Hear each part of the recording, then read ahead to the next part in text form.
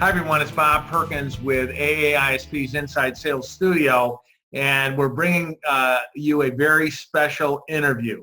Super exciting topic. I'm here with Chris Orlob. Chris, how you doing today? I am doing fantastic. How are you, Bob?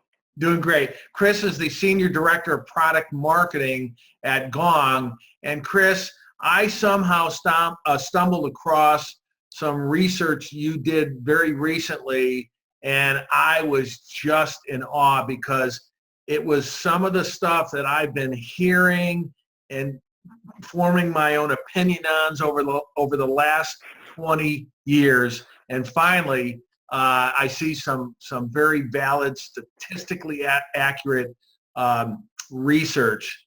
And it was so cool. I called you up that very minute. I said, hey, we got to get on this interview because the whole selling world, I don't care if you're inside, outside, digital, virtual, you got to hear this stuff because you've probably heard it in the past, but now we got data to back it up. So so glad you're with us today. Now, let me sort of set the stage. And I want you to explain a little bit more about how you actually did the research. But the research took 25-some thousand actual recorded calls, put it through intelligent algorithms, and found some stuff that salespeople just got to hear. Things like, how much do I talk? How much do I listen? The type of words I use. So, Chris, with that, I'm just going to turn it over to you. Talk a little bit about the research, and then let's get right into the findings of it. So, all yours. Perfect. Yeah, so here's the methodology. We analyzed 25,537 business-to-business sales calls. So these are sales calls that were conducted on platforms like GoToMeeting and Zoom and WebEx and Join.me. So they were account executive type sales calls, not SDR sales calls this time around. It turns out, fun fact, the average call lasted about 43 minutes.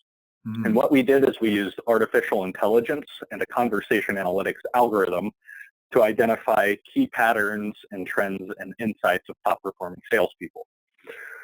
So here's how we broke this down. We first took these calls and we mapped them to the CRM records so that we could analyze the calls against their outcomes, such as win rates, revenue generated, and deal velocity. The next thing we did is we separated the speakers of the call recording so we could tell who's saying what, and we transcribed the call from speech to text. So now the call is data. The next thing we did is we analyzed all this data through Gong's artificial intelligence and conversation analytics engine, and that revealed 5 very unmistakable patterns that I'd like to share today. Good. Yeah, sounds good. Chris, I was going to ask you, 43 minutes now. Were a lot of these calls pre-scheduled, do you think, or were some of them on the spot? Because 43 minutes is a pretty long call. Yeah, most of them were going to be scheduled calls with an account executive. The typical customer, in fact, I think all of the customers who we pulled this and anonymized data from were mid-market SaaS companies. So SDR schedules a pretty in-depth call with an account executive. They'll conduct, maybe both a discovery and a quick demo on the same call. Good. Well, let's get right to the first finding, which, I knew this was true, but it's still, seeing it in hard facts blew me away. Yeah, it's something that I think any sales veteran knows by intuition, but it's great to have this validated with hard data. Yeah. So the first insight I'll share is trends around what we call the talk to listen ratio. Turns out that the highest performing sales calls on average have a talk to listen ratio of 43:57. So the rep is talking 43% of the time, the customer is talking 57% of the time. But we as sales professionals are talking a lot more than we think we are. The average sales rep is talking 65 to 75% of a call without knowing it. In fact, when I started at Gong, I still take sales calls every now and then. My average talk time was 72%. Oh. I was appalled. I was appalled by that. Now, fortunately, I have it down because I'm actually tracking this. I have it down to around 52%. Yeah, that's improvement. Good for you. I call it Talkers Anonymous.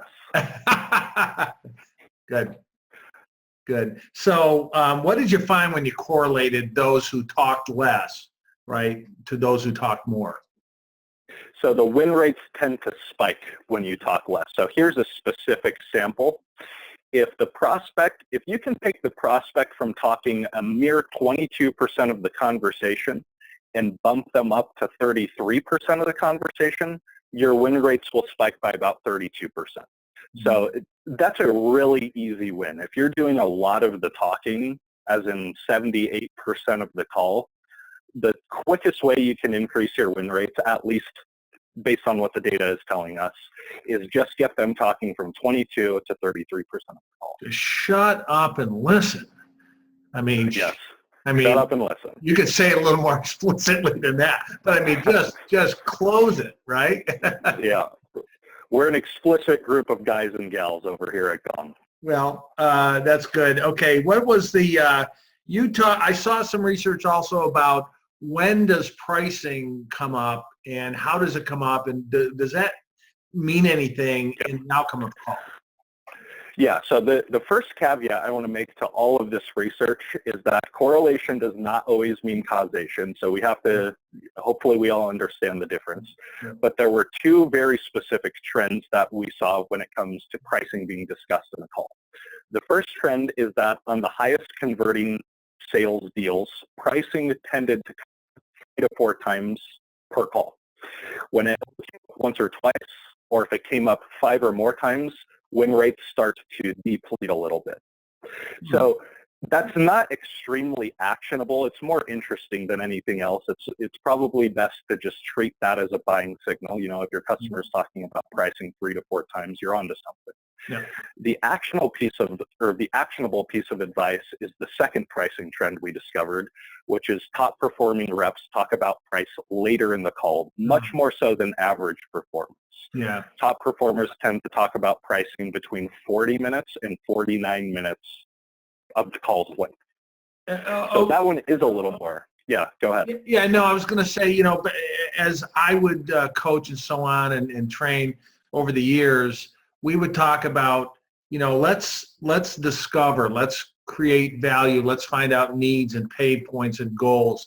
Get that done early on versus, you know, it's going to be a tough call when somebody comes right to, oh, by the way, how much does it cost? And you go into this discussion, right? So try to delay that. Yeah, the advice to take away from this trend is establish value before you talk about pricing. Perfect. Great point. Now, the third one, you talk about timing signals. So what's that all about? Yeah, so this is specific to account executives or people who are bringing deals across the finish line, but we all know we should be asking our prospects about their timeline for purchase. You know, when do you guys plan on finalizing the contract? And there are two trends we found around this. When you ask a prospect a timeline question, if they respond with the word probably, such as probably in November or probably next quarter, you have a higher likelihood of closing that deal within your forecast. Your forecast accuracy will actually shoot up by about 73%. Great. So there's a negative correlation we found too, though. So we talked about the positive, which is the use of the word probably. Yeah. If they respond to your timeline question with some variation of the phrase, we still need to figure out fill in the blank, it's not a very good sign. Yeah. Your forecast accuracy drops, your win rates also drop a little bit. So this we still need to is almost a little bit of a veiled objection almost, right? Well, we still need to do this. So that means they're not sure. This may not be a fit. They may, you know, versus probably to me almost sounds like, you know, we think we're going to do this, right? But they're not coming right out and saying, hey, you're going to get the order. Is that what? Exactly. So the word probably is a little bit of a cautious word to be using. Yeah. So because they're considering the purchase so seriously, they don't want to come outright and be backed into a corner by some sales rep and tell them for sure it's going to happen. So they kind of back off. They'll contemplate a little bit and they'll say probably, you know, end of 2016. That seems like a timeline. Well, Chris, you know, we talk about trial closing, and this is new to me. This word probably. You know, but you did 25,000 plus calls. So I think the viewers out there, right, if you're in a sales rep or an SDR or whatever, would it be safe to say if they hear that word probably that could be a initial buying signal? Yes. I would treat that as a buying signal. If you ask a timeline question, they say probably, your heart should start racing a little bit. Yeah. Now, what about other questions like, do you think this is the right approach if you implemented this? And they go, probably it could be. Maybe that's also a positive phrase, even though it might not be a timing question. Yeah. Great. So my response to that is, again, correlation, not the same as causation, but it seems like it's probably a good sign. Okay, Chris, one more thing we talked about before recording here, and that was something called risk reversal, which was kind of interesting. Talk to us about that. Yeah, so after you've taken care of your out-of-skewed talk-to-listen ratio, once you've nailed that, the next way you can boost your win rates by 32% is talking about risk-reversing deal policies, stuff that takes away the risk of purchase. So examples of phrases we heard were, you can cancel at any time, we have an easy opt-out clause, money-back guarantees, any form of policy or language that eases the prospect's fear of purchase will increase win rates by about 32% on average.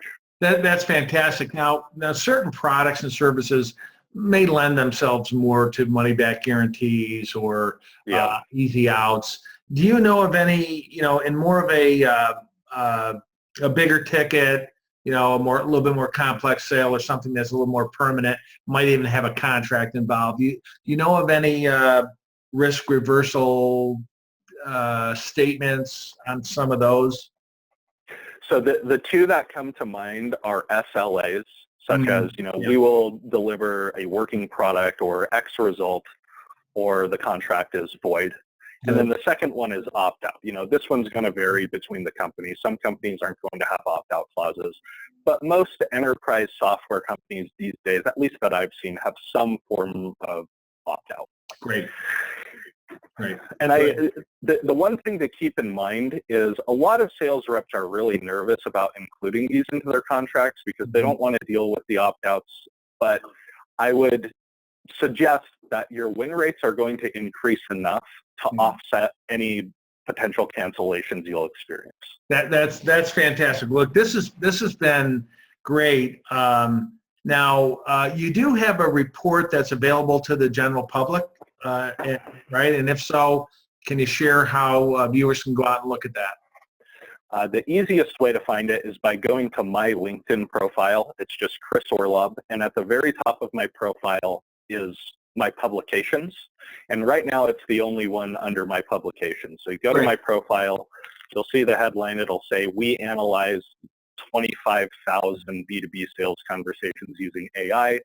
Here are the 5 things we discovered. Good. Well, this has been really both eye-opening and validating to me, so we appreciate you sharing it. We look forward to hopefully seeing you out at some of the AA-ISP events coming up in the future. And until then, Chris, thank you so much for sharing this. Everyone, have a great rest of the week. This is Bob Perkins signing off from AA-ISP's Inside Sales Studio.